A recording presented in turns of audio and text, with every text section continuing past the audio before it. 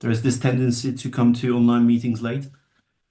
Tanar, you're the host. Please, you go ahead and start it off. Okay. I'm the guest this time. Uh,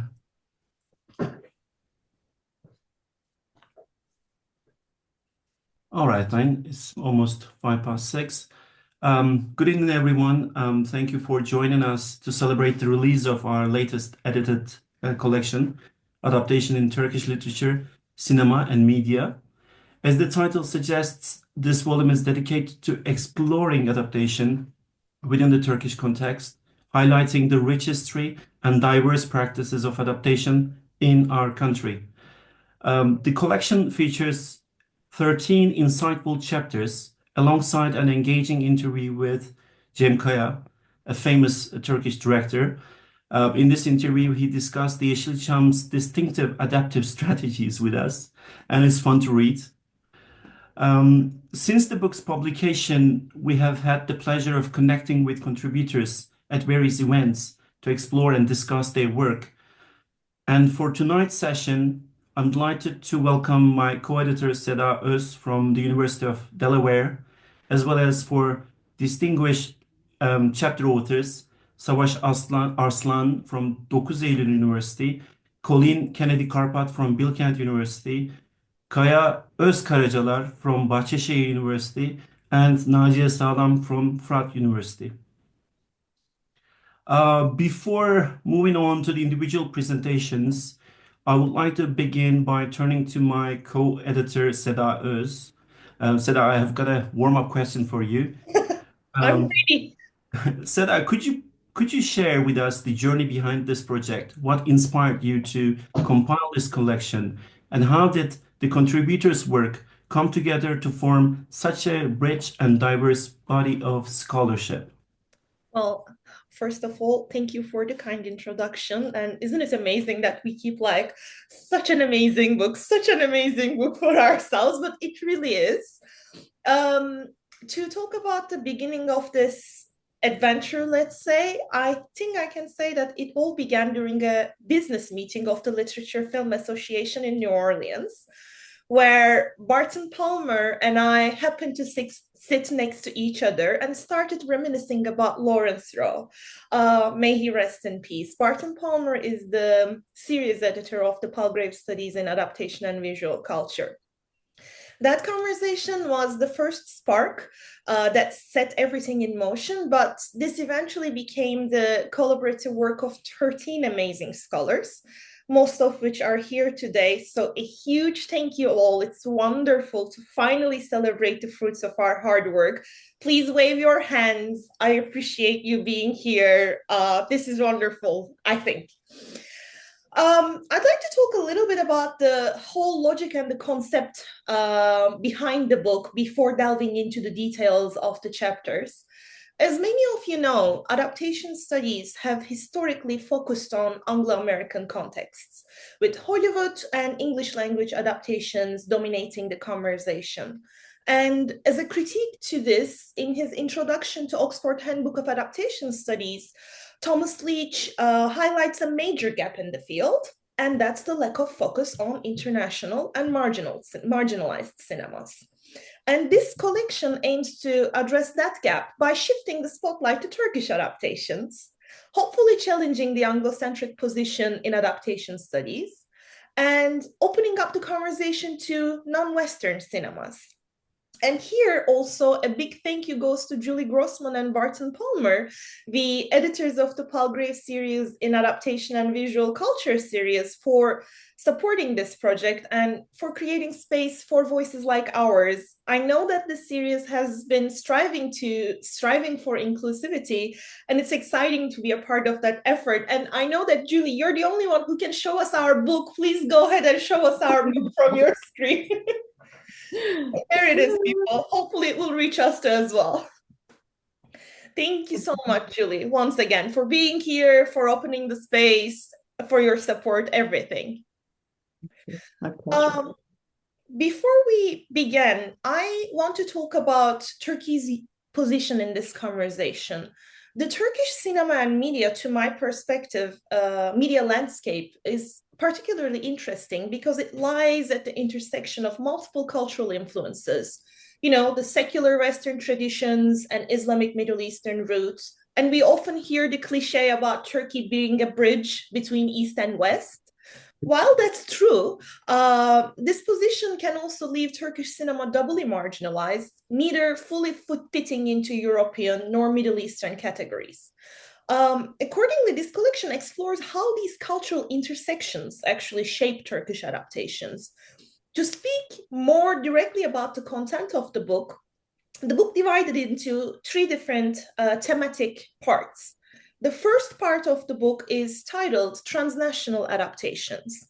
This section especially looks at how Turkish cinema, literature, and music adapt, transform, and localize major cultural influences both from the West and the East.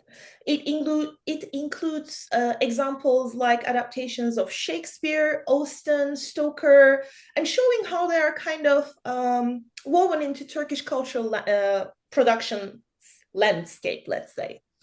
For instance, Ceylan is here. Ceylan's chapter explores how, hi Ceylan, how Dracula was transformed during the formative years of the Turkish Republic, while Murat Öğütçü highlights music adaptations of Shakespeare's Sonnet 66. Daphne is also here. Daphne's chapter closes the section with hi Daphne, with an analysis of Pride and Prejudice adaptations on Turkish television and exploring how these works appropriated, modernized, or maybe sometimes localized instead. Of course, Savaş Arslan's chapter is also here, but since he'll take over the mic a little shortly, I'm not going to go into detail about his. I'm going to leave the floor to him for that. Our second part is titled Popular Culture Adaptations. Here, we do explore Turkish popular culture, especially television, and how it tackles with literary and cinematic adaptations. Kaya again will talk about his chapter more in detail, so I'm taking a step back from moving on to his territory. But in addition to Kaya's chapter, there are also Mert Örsler, who examines the interplay of commerciality, nationality, and culture and Turkish television's literary adaptations. By the way, people, he's talking about Aşk-ı Memnu. It's my guilty pleasure. If you know, you know. It's such a fun chapter.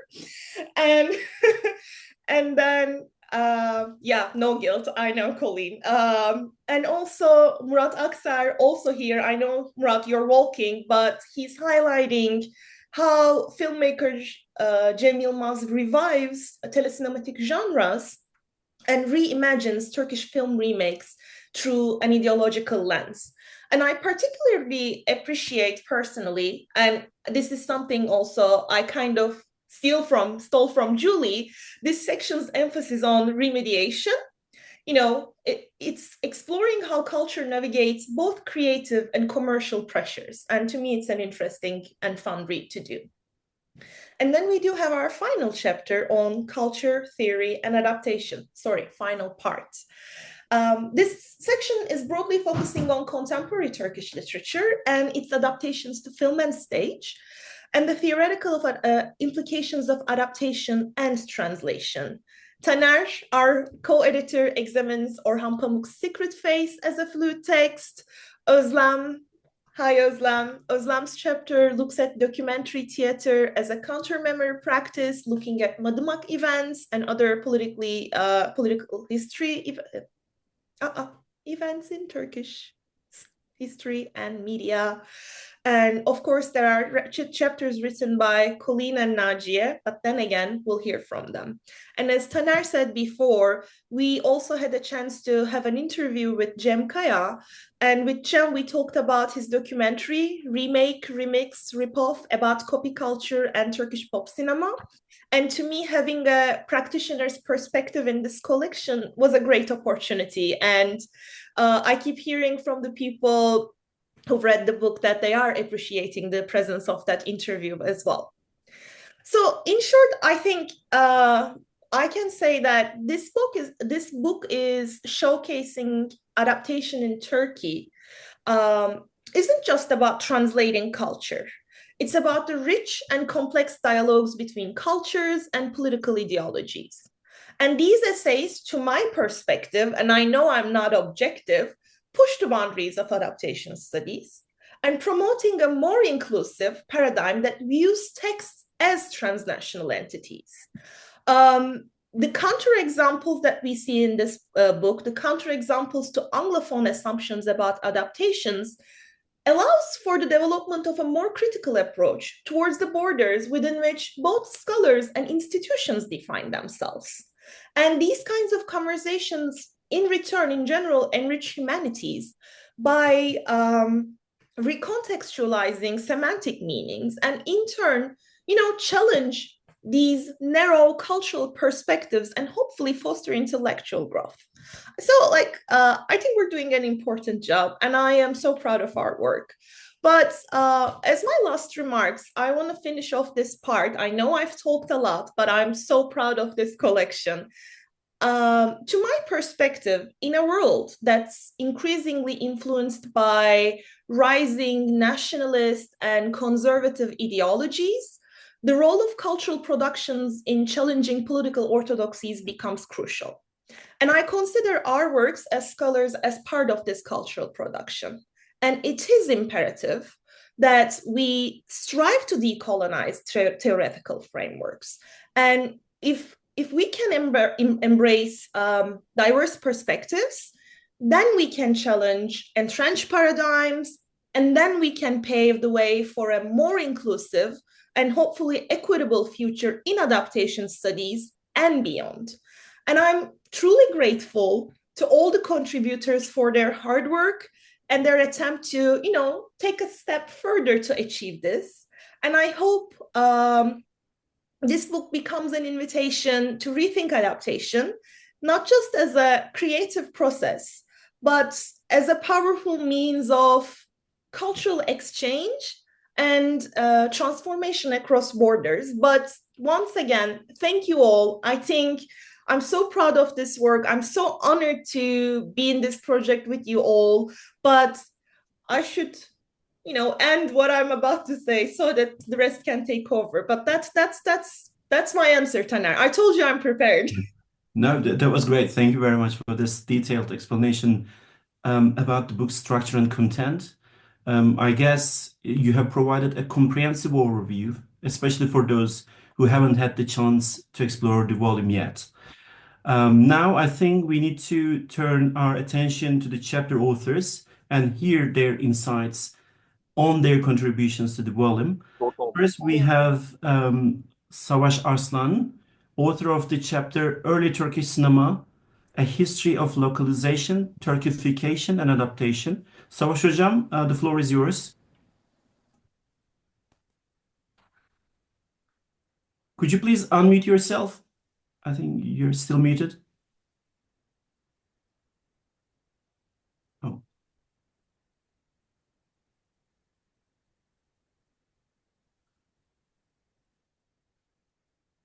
Sorry, no sorry. problem. No problem. Apologies. You can see my presentation, right?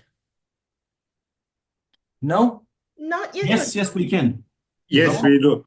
Oh, Okay, I'm so good. sorry. Good, great. I will just try to cut it in time as quick as possible. This is Savaş, by the way, Savaş Arslan, and my chapter is basically, here is the title, but it's on the early history of adaptations and localizations. But before that, before delving into that, what I talked about in the chapter is how interestingly, I mean, like the start of filmmaking and the start of first screenings in Turkey are narrated in books on the history of Turkish cinema in a way, whereas there are some facts which are different from those narrations. I mean, like to start with the earliest public screenings were, since I'm speaking from Izmir at the moment, the very first public screening of film is handled in Izmir, not in Istanbul, just 2 days before Istanbul, number one.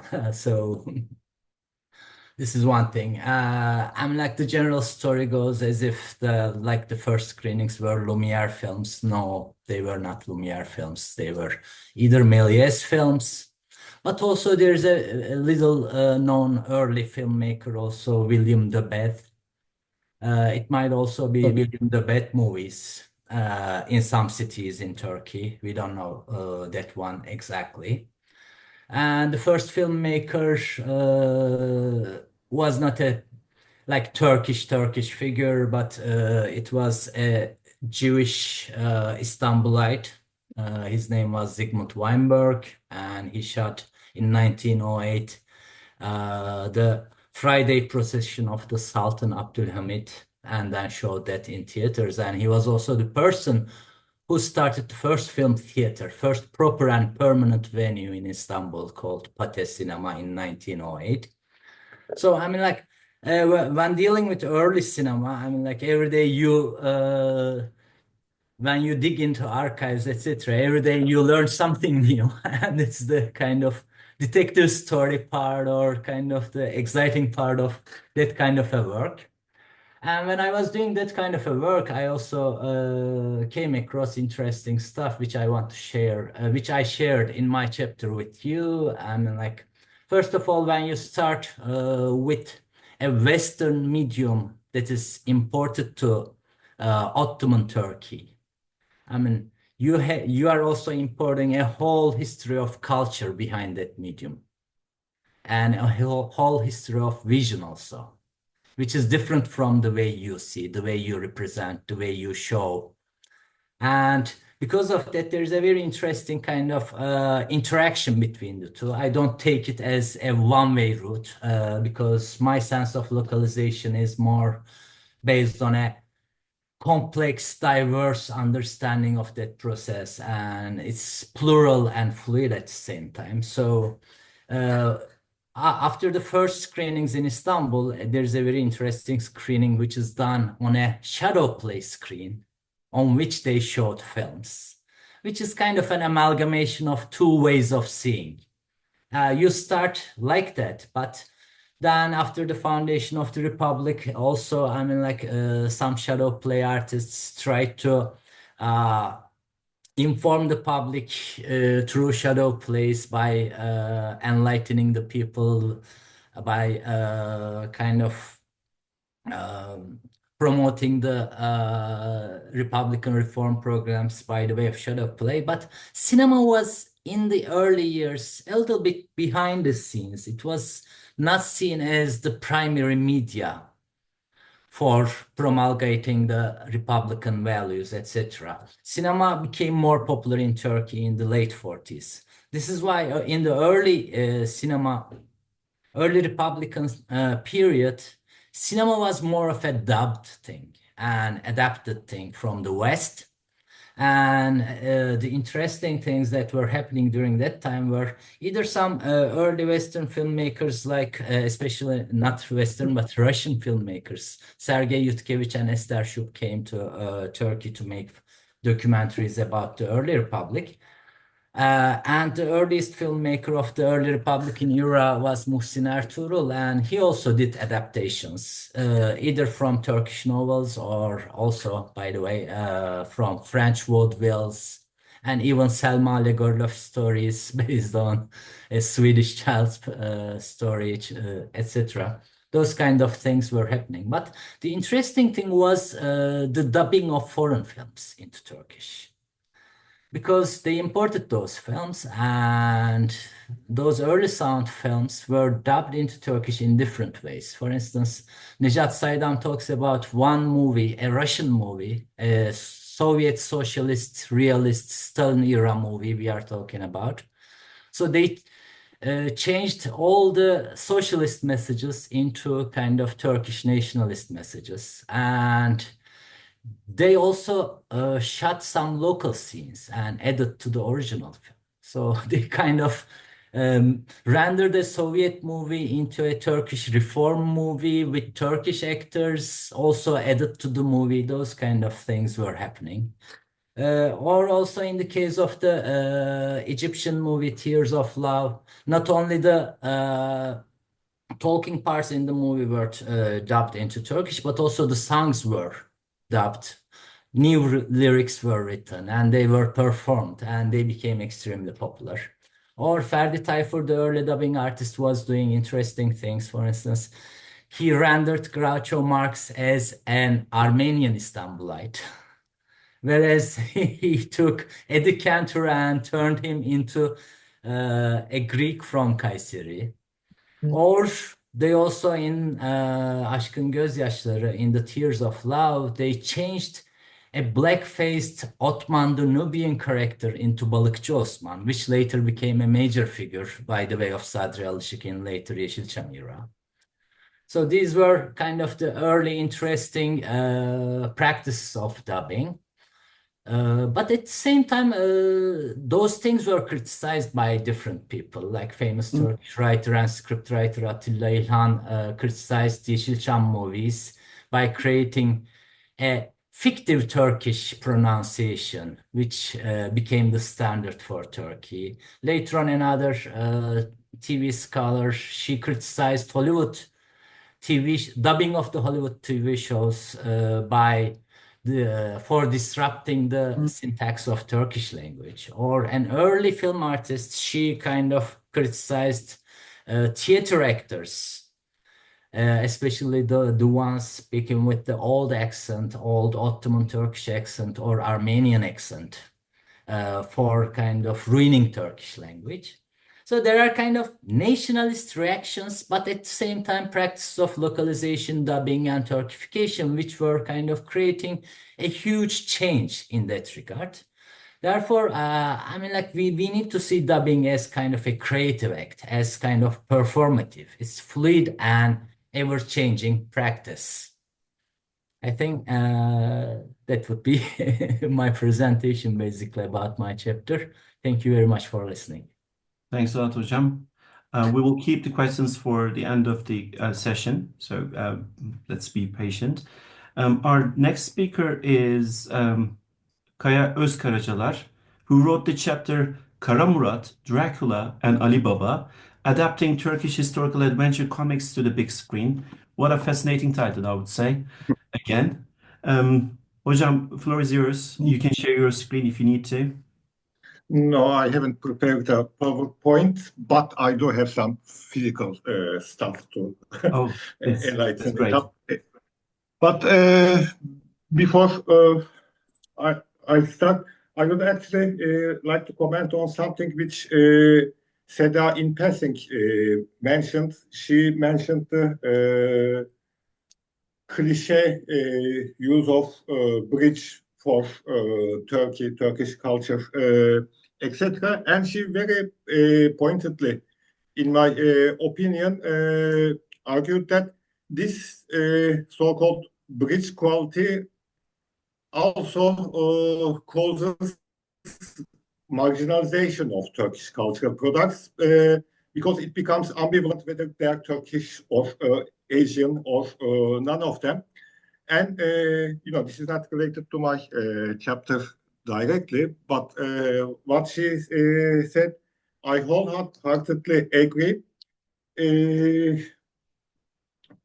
And would like to mention that in several occasions, in social media, in Facebook groups or other groups, either related to, let's say, European trash cinema or European cult cinema or even European pornography, some member comes up with the question, is discussion of Turkish films allowed here? Is Turkey part of Europe? And a not very big, but a biggish discussion always comes up. Somebody points out that since Galatasaray participates in European football, Turkey must be Europe. Then somebody presents the counter argument, but Israeli teams are also in UEFA Cup, etc., etc., and the argument gets bogged down. But due to the curiosity value of these Turkish products, they always end up being allowed in discussions of European film. Okay, I couldn't help mentioning it because what Seda told really brought all those memories of discussions. Well, my chapter is on the intersection of comics and cinema in Turkey. Beginning with especially 1950s and until 1980s, comics were very popular in Turkey. Actually, I mean, even though we do not have reliable sales figures, it is usually accepted that mostly Western comics made up the larger part of the market in the Turkish comics medium, but nevertheless, locally produced comics also had a sizable readership, especially beginning with late 50s, 60s, and 70s. What is the, if reliable sales figures are largely absent, what is the proof that these Turkish comics were also quite popular? On one hand, there is still nostalgia for them, and there's a retrospective fan following. But the other hard fact is that Turkish film industry treated them as a golden resource and made several movies utilizing characters from Turkish comics. What kind of heroes were they? They were historical, heroic comics, mostly from Ottoman era, sometimes from the earlier decades, in which are very brave horse riding and sword fighting Turkish hero battled the enemies of Turks. Since these comics did have a readership, since they were already known in the Turkish population, making movies out of them had the added advantage of utilizing a popular culture figure already known to the audiences. As I also underline in one of the sections of my chapter, in Turkey in late 50s and 60s, Italian movies featuring again historical heroes were also popular among film audiences as well. While the Italian heroics movies were more mythological oriented, and while Turkish comics were more historical oriented, nevertheless, the feel of those movies and the feel of those comics were somewhat similar, and I believe Turkish comics writers and authors may have also been influenced from these Italian movies. So, Turkish film audiences, on one hand, were familiar with these kind of movies in a foreign context, and they were familiar with these kind of comics within a Turkish context. And thus the filmmakers brought these two strands together. Were Turkish historical heroics movies based on Turkish comics adaptations? Well, first of all, there were dozens of them, and a more extensive study needs to be made. I studied only one particular series, that is the Karamura. But based on that, some of the movies simply use the protagonist of the comics in original scripts. but a few of the scripts, a few of the movies do have scripts which are indeed adapted from corresponding comic strip adventures. In my case, in Kara, this is there's another layer of adaptation because görünüyor muyum ben hala? Am I still being seen Evet and hocam, heard? evet. Biz sizi Ha, de tamam. görüyoruz. Tamam. Demin ekranda sanki başka bir şey belirince okay, ne diyordum? Ha. In my case, in the case of Kara Murat, the Kara Murat movies are interesting for two reasons more than from other comics-based Turkish movies. First of all, because the Kara Murat comics themselves have been adapted in a plagiarized manner from historical novels. And second, at least one of the Kara Murat movies had been exported almost all over Europe in dubbed editions. And in the process of dubbing, European distributors have created, let's say, new versions of the movie, which is tailored for foreign audience spectators by erasing the explicitly Turkish nature of the movies and inserting figures from Orientalistic Western popular culture into them.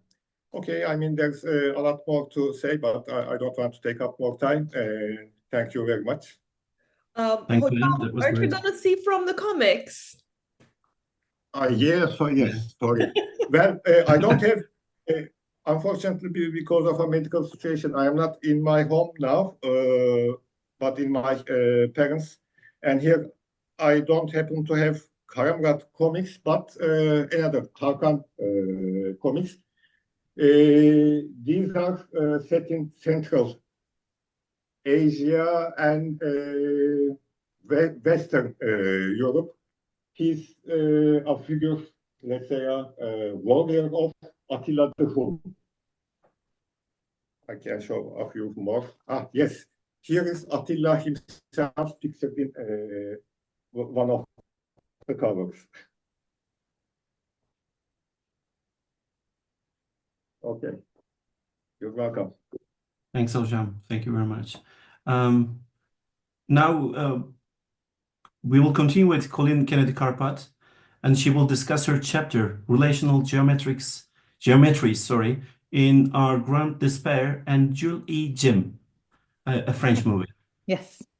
Okay. Thank you so much, Taner Hoca. It's an honor to be here. It's an honor to be part of this book. I was sort of surprised when I got the digital copy and I sort of scanned the table of contents. I thought, oh God, tek bir yabancı var yani benim.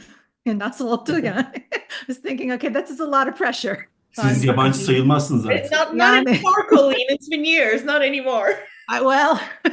Yeah, I mean, I came to this topic in part because I wanted, after seeing Bizim Büyük Çaresizliğimiz, Our Grand Despair, I sort of did all of this backwards as an adaptation scholar. I saw the movie, Our Grand Despair, first, and then I sort of realized at the time, oh, it was a book. And also then I kind of came to Jules et Jim, this, really famous French movie, sort of through Bizim Büyük Çaresizliğimiz. I mean, even as somebody who studied French and French cinema in particular, it was a movie I had sort of only known by reputation. It's not just sort of, it was a big lacuna in my own background.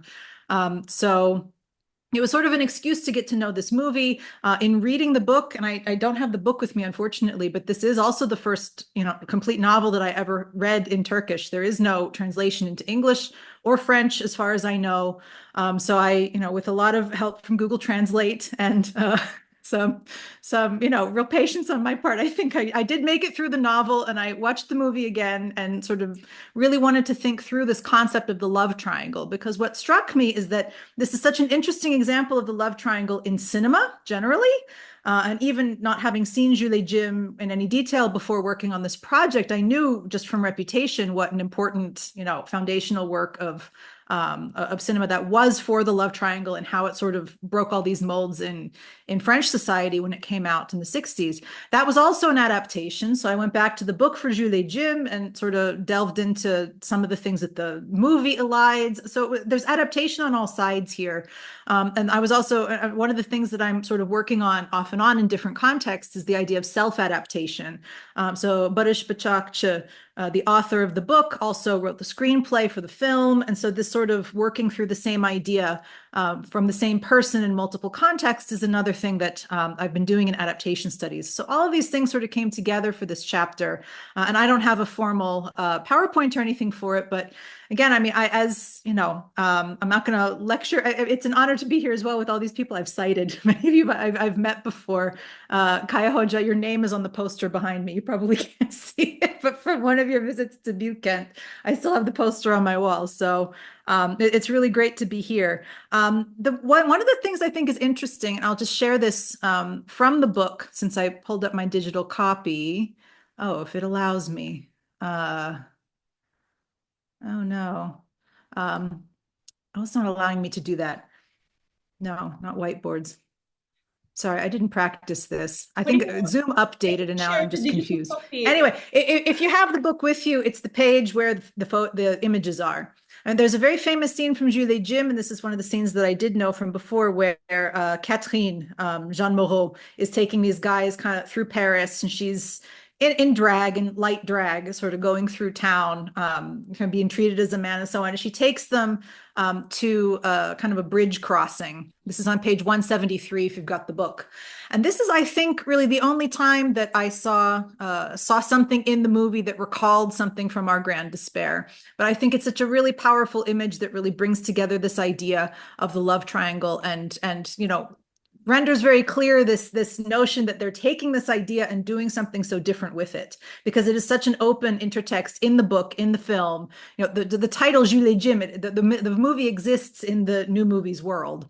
So it's, Catherine leads them down the stairs. She does a foot race across the bridge, and this sort of gets transposed into, and I've lost my own page here. It gets transposed into this walk over a bridge in Gençlik Park, which, if you know Ankara, it's a very big park, sort of in the city.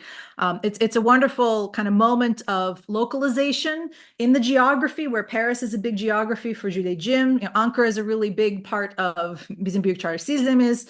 And so that's just something I wanted to explore a little bit and get at all these different directions of adaptation. I don't want to take up anybody else's time. So again, it's an honor to be here, honored to be among all of you. I can't wait to read the other chapters in the book. I'm looking forward to holding it in my hands once it gets here. So thanks very much for having me. Thank you, Hocam. Thank you very much for this summary of your chapter. And finally, we will turn to Naciye Sağlam, author of the chapter Navigating Intermedial Adaptation Through Translation, Dear Shameless Death, Dirmit. That's a stage adaptation of Latife Tekin's novel. Thank you very much, Taner Hocam. And before I begin, I would like to thank you and Seda Hocam for bringing us together for this really amazing book that I'm proud to be part of. And I'm a translation studies scholar, so my perspective will be from translation studies. And recently, like in the last 2-3 years, my focus is leaning more towards the intersection between, or like adaptation, translation, and theater mostly. And in this chapter, I talked about how we can see the novel to stage adaptation as a kind of translation, like a kind of practice of translation, through the example of Dear Shameless Death, Dirmit by Latife Tekin, who is a really renowned Turkish author and is celebrated for her works that address particularly social issues and lives and challenges of women in Turkey. And Next to Dear Shams, That Dear Mit, that is translated in 2001. There are also other books that are translated into English, such as Berge Christensen, Tales from the Garbage Hills or Night Lessons. And my topic of inquiry is the stage adaptation, adapted by Nezaket Erden and Hakan Emre Ünal, and performed by Nezaket Erden with the name Dear Shams, That Dear Mit, and structured as a play of 85-minute one-act solo. And the play is on stage since 2017 and receiving 4 awards in its debut here, also attesting its legitimacy. The play is still on theaters, and not only in Turkey, but also extending to Europe, England, Ireland, Germany, Netherlands, and United Arab Emirates as well. So if you have a chance, I would definitely recommend to see it. And my chapter here analyzes this practice of intermediate adaptation through the framing it as a translation practice, let me say. So how can this be possible? Translation today extends beyond language.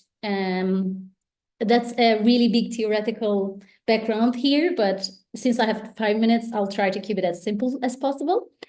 And it makes it applicable to apply it to multimodal contexts. And this is where it intersects with adaptation and adaptation studies. And my starting question was how translation bridges mediums, transforming the symbolic and narrative language of the novel into the multimodal world of stage. And in doing this, I try to focus on the creative decisions during this translation practice with the emphasis on multimodality rather than seeking for equivalence, which is impractical in adaptations and translations of these kinds. It also draws theories of multimodality and intermediality. And the source text, the Dear Shams, That Dear Mit, it follows the Aktaş family in a magical realistic narrative, exploring their transition from rural to urban life. So they move to city and it brings cultural shocks, economic struggles, and loss of belonging to the whole family. And I explore 3 elements in this translation, namely narrative, stage design, and language. And my focus, as I mentioned, is more on how coherence is achieved through difference and how we can see these creative decisions in the adaptation. Concerning the narration, replacing the novel's omniscient third-person narrative perspective, the stage adaptation centers on Dear Mit as the storyteller and focuses events that Dear Mit directly witnesses. And that's a choice which may seem limiting at first sight, but it proves to be practical at the end. And this recreation raises questions about authority in adaptations and translations as well on the shared territory, because we see that there's a shared authorship, and this challenges the view of translation and adaptation as a derivative works. And the stage design, which is plain and all black with only the plotted plant capture, shows us that meaning recreation is possible through multimodality, but in this case, with this very plain stage design, performer embodies the medium for conveying this translated meaning. And concerning the third, we see that the novel's poetic narration, characterized by its aerial perspective and minimal direct speech, is translated to the stage through Dear Mit's childlike language, which also have its own unique voice. And at the deeper level, we see that although there are differences on the surface level, the adaptation retains the source core essence. So the audience does not feel any difference in that sense. And as a conclusion, I would like to mention that this intermediate adaptation particularly, but we can generalize it as well, as a translation, tends me to think about translation going beyond linguistic concerns. And we see that in these kind of translational and adaptational practices, translators and adaptators' role is more like a mediator or a creative force in bridging verbal and multimodal communication. And in such practices, it's not possible to talk about equivalence in strict sense. So rather than doing this, my focus was to focus on the creative potential within the act of translation in its transition from novel to stage, and as primary acts rather than derivative ones.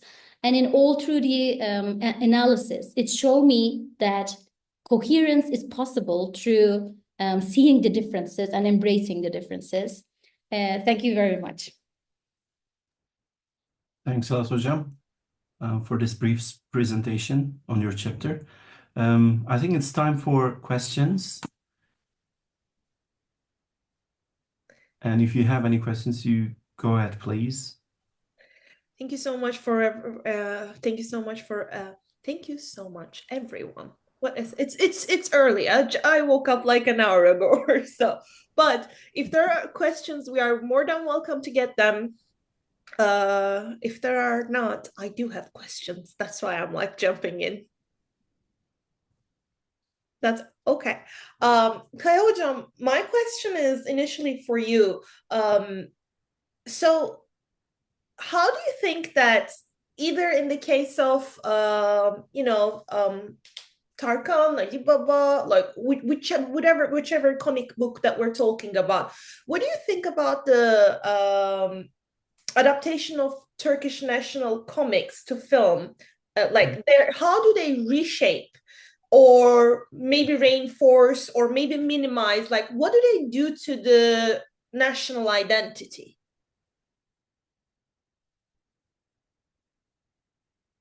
You're muted, Hocam. Well, adaptations, of course, themselves, it would be too much to say they reshape Turkish identity, but they do contribute to reshaping or reinforcing conflicting discourses, which battle to shape and reshape Turkish identity. And on this account, first of all, I would like to say that, the Turkish identity in most of these comics and most of the movies is rather an anachronic identity, because the Tarkan which I showed you takes place in the era of Attila the Hun, a few centuries before a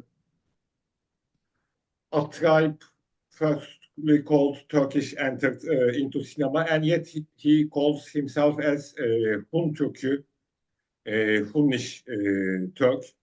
The other takes place in Ottoman eras, and I am not an expert in Ottoman history, but from what secondary sources I have read, for a large portion of Ottoman history, the word Turk was not used to refer to the Muslim populations of the Ottoman Empire, but only to the nomadic Turkmen populations. So they take place in Ottoman era, and yet they do not call themselves as Ottomans, but they call themselves as Turks, which from a strict historical perspective is probably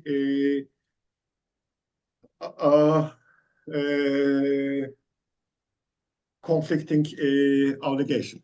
But nevertheless, I mean, putting these comics and these movies in a context, I said that they emerged in late 50s and began to become popular in 1960s. 1960s was a time in which Turkey was very much involved in the Cyprus conflict. The general feeling in Turkey was that the Turkish minority in Cyprus was being discriminated against, and yet the whole global community was turning a blind eye, deaf ear to the plight of the Turkish community in Cyprus. I mean, true or not, that was the sense in Turkey. In a way, it can be said that the understanding in Turkey in those years was very much similar to the understanding of the situation of Cyprus Turks was very much similar to the Palestinians today, the way Turkey at least saw it. So Turkey felt that it was alone in the world against powerful forces, and it needed to defend its brothers there, but it was helpless. And in these eras, people do return to nationalism, and nationalism do resort to fantasies of glorious days of past in which we were the strong and not the West. So in order to, let's say, alleviate the hurt feelings, a pumping of, in order to alleviate the hurt feelings arising from the realities, resorting to pride arising from past is a often used tool. So the Turkish heroic comics and movies can be seen largely in this context in contributing to building a Turkish identity in which we can be proud because we were the strongest, unlike today when we are not apparently so much strong. So that much I can say in general.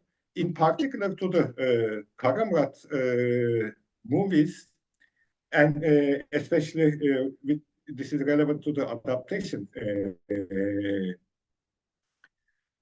process in the making of the Kara Murat movies. Now, the Kara Murat comics, they were also very nationalistic, but of a secular nationalistic context. However, the movies do infuse Islamic motifs very strongly and create some sort of a Turkish Islamic synthesis completely different from their source materials. Almost like a case by case study, hocam. Just like Yes. everything. But thank you so much for explaining even further and even connecting it with the kind of reverberations of today's events and how it's still making sense, at least the practice and the logic behind the practice. Thank you. Taner, please go ahead. You take over. Oh, thank you. It seems that we have two more questions, one from Julie and one from Ece Erdem. I think, Julie, you should go first.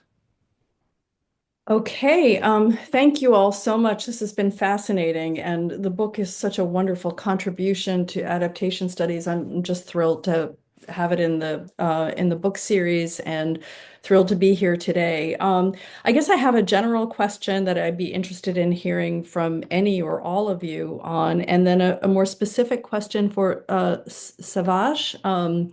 So the general question is about whether or not writing these chapters, doing this work has changed your understanding of adaptations, their value, what they do, and also of adaptation studies. And the more, I'm thinking, for example, of Colleen, your comment about, doing things backwards. So, which I just think is really interesting that we have these sorts of, notions of how one does adaptation studies. Like first you look at the source and then you look at the adaptation. And so I thought that was really, really interesting. And of course, Tanner, your discussion of the fluidity of text, I thought was really interesting and has important implications for adaptation studies. But the specific question for Savash has to do with your intriguing use of the phrase detective work in thinking about how one proceeds in studying adaptations. And because you were talking about early film history and challenging the received sort of notions and emphases, I wonder how you think that can adapt. Like, how do we go about adapting how film history is told so that these, number one, so that these, stories that are seen as more kind of marginal, less known, these stories can be told, and also to shift the emphasis in ways that are more kind of in keeping with discoveries that we make in doing this detective work. So I'll stop talking now, but this has really been wonderful and generative, and thank you all. So, Hocam, why don't you start and take over? Because, Okay. yeah. By the way, to start with, I'm not kind of, even though predominantly I'm a film historian and also an art historian, I'm not foreign to the adaptation studies field, actually. Seda, you mentioned Lawrence Rowe, and thanks to Lawrence, I was a keynote back in 2012 at the Büyükada Conference, Sixth Adaptation Studies Conference. We're looking Like forward. 14, 15, 13 years ago. Sorry. Oh, by the way, if you haven't heard, Colleen and I are bringing it back to Istanbul again this June. So we're looking, it's going to be at Oh, Bilgi University. We're looking forward to see you there. all right. All right. Then we will keep in contact in that regard. So, in that regard, I mean, like my overall work also in relation to Turkish cinema has to do with adaptation in some ways, even though I term it differently, like Turkification.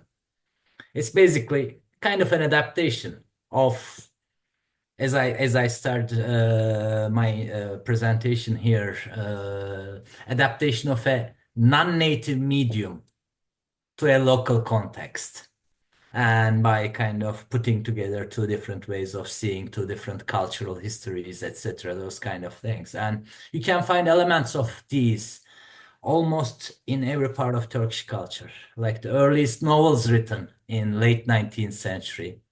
I mean, like, we have a very famous, well-known writer from that era, Namık Kemal, and when you read his first novel, I mean, like, all of a sudden, in the middle of the novel, I mean, like, characters start doing the monologue from Hamlet, and the character has the skull in his hand and do the monologue, etc. I mean, like, because novel is also a Western form, that was important. I mean, they adapted it to the local context. The same goes for painting, because I mean, like, classical Ottoman painting tradition is miniature painting, where there is no linear Renaissance perspective. So we sent our earliest painters to France for training under big names like Courbet and Millet, all those other figures, and they came back to Turkey and did similar adaptations also of Western painting in local context. So I mean, like, when you kind of extend all this to the general field of arts and culture, you can find all sorts of elements of adaptation here and there. The interesting parts, I mean, like, on my part is the detective story part. For instance, I dug up the story of Zygmunt Weinberg and I made a documentary on that. And it's very interesting. In the documentary, for instance, I mentioned that he might have been dead in Istanbul, but then later his body was transferred to a burial site in Bucharest, to a Jewish cemetery there. That was my information at the time when I did the documentary 3 years ago. Now I know for certain that he's buried in Berlin because he got sick in the last year of his life and he was hospitalized in Berlin and he passed away in Berlin, and they didn't deal with bringing the body to Istanbul back again, and he's buried in Berlin. So it's kind of, and this came to me when I was digging up all those old newspapers because I'm into that thing lately. A lot of things that I'm trying to cover. For instance, the first filmmaker. I mean, it's Louis Le Prince, and we don't know his story very much. 2 years ago, there's a new book which came out, The Man Who Invented Motion Pictures. And it's very interesting because this guy had a patent court case against Edison family because he patented some early film things. But on his return from, and he was based in Leeds, United Kingdom. On his return from a trip from France to UK, on the train, he was lost. So, I mean, like, whether Edison's man did something or not, and it's kind of, all those beginnings of cinema have that kind of an interesting detective work that we need to do further and further, because when I dug up also, for instance, on the first film screening in Istanbul, it was done by a French painter. And that French painter was, as a young painter, he was friends with, for instance, Paul Gauguin, etc. And he was not only, I mean, like, we know his name as somebody who showed films in Istanbul, but he was a very important painter who opened 3 or 4 salon exhibitions, like in the French manner, in Istanbul between 1898 and 1901. So you dig up things. The scene Great. of the scene of the first film screening in Istanbul, it's called Brasserie Sponek. And nobody dug up the name. I dug up the name, and Sponek, it's very interesting. It's the name of a caretaker or consultant to the first Greek king that was sent from Denmark, like grandfather of Philip, the Queen's husband, ex-husband. And it's kind of, and the place was run by 2 Greek nationalists in Istanbul. And the first film screening was done there, etc. Those kind of things, all that multicultural Istanbul, because I mean, like, when you dig up that history, we shouldn't forget about a simple fact. Around the turn of the century, Istanbul's population was around 1 million, and roughly 55% of that population was non-Muslim. So it was a very, very different city. Very different things were ongoing during that time, etc. So the first, for instance, this is the final thing I'm going to say. The first film exhibition announcements from that era features Turkish language written in Arabic script, like Ottoman script, Armenian, Greek, and French. So I mean, like, you have all those 4 languages operational, and people were in their daily lives adapting from language to language, culture to kind of culture, because when they switched neighborhoods, they were switching from one culture to another. Oh, I mean, when you think along those lines, adaptation was everywhere during that time, and digging up those stories are very interesting in that regard. Thank you very much for your. That's fascinating. Thank you so much. Thank you, Hocam. We have got one final question from Ece Erdem. A quick question and hopefully a quick answer. Yeah, first of all, for congratulations for your book. So as a student, to be here is a great honor for me. So I have a question for dear Colin. What do the cinematic approaches in Our Grand Despair and the Jewels at Jim reveal about the cultural exchange in adaptation? What do you think about it? That's my question. Okay, thank you so much for the question. What I think I was struck most by is that the cinematic approaches are kind of less important, or at least they're more historically aligned with just the moment of their production. And really the distinctions are in, like the distinctions that I was interested in are the treatment of this love triangle, what this meant for mid-century France, and the novel that it was based on, and then the film that Truffaut made to great, somewhat scandalous reception at the time, and then the sort of the cultural impact that that had. Then you see what I think and what I argue in the piece is a much more progressive vision of this, potentially progressive. I guess it's regressive in some ways for this friendship between these two men, and then this woman who kind of enters their lives through this kind of this very structural conceit, but I mean, it's clear that their image of her is much more important than who she is as a person. But as an author, Bıçakçı is very careful to acknowledge she's a person in her own right, and these guys don't see it. And so there is this sort of acknowledgement of the structure of the love triangle as problematic and as a sort of male invention. And we see this a bit in the film, but I think the book does a clearer job of this just because the narration is different. In terms of what the film does within the context of Turkish film production, one of the things I also found really interesting about it goes back to a piece that I co-authored with Mert Özlar, who's also in the volume and not here tonight, unfortunately, but a piece that we recently wrote about Turkish adaptations together. Basically, one of the things we've observed is that Turkish novels very rarely get films that reach non-Turkish audiences.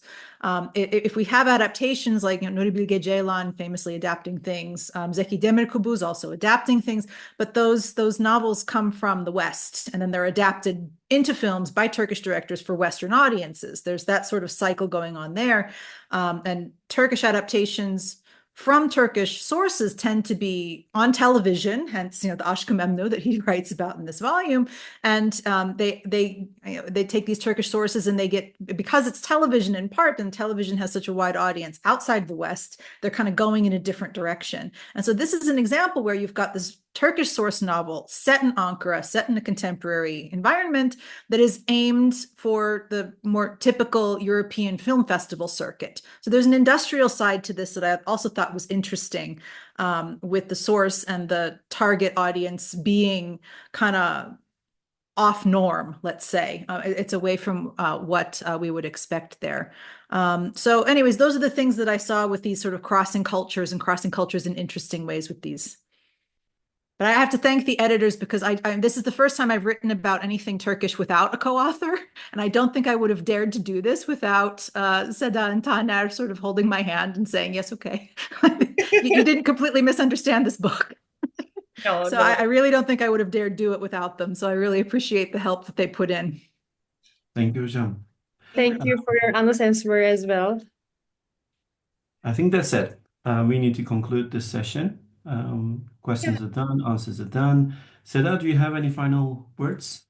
I mean, we're kind of over time. I have a lot to say, but all I can say once again, thank you so much. I am so happy and I'm so honored and I'm so proud. It's just, this is the first ever edited collection, not the book, but the edited collection on adaptation studies in the Turkish context. And I hope it will have many readers. I hope it will find a place in so many different libraries. And I hope to see you all between June 1 and 4, 1st to 4th, in Istanbul Bilgi University for the Association of Adaptation Studies conference. But thank you so much. Taner, you're the host. You end the conversation, please. Thank you very much. Thank you all for your time and your contribution to the book and for tonight. And I hope to see you in Istanbul in June. There will be a panel on Turkish adaptations, and most of our contributors will be there as speakers. And we will continue this dialogue there, hopefully. Hopefully. Goodbye, everyone. Thank you very much. Have a wonderful Goodbye. Thank you very much. all of you. Nice meeting you, most of you. Right. Bye-bye. Bye.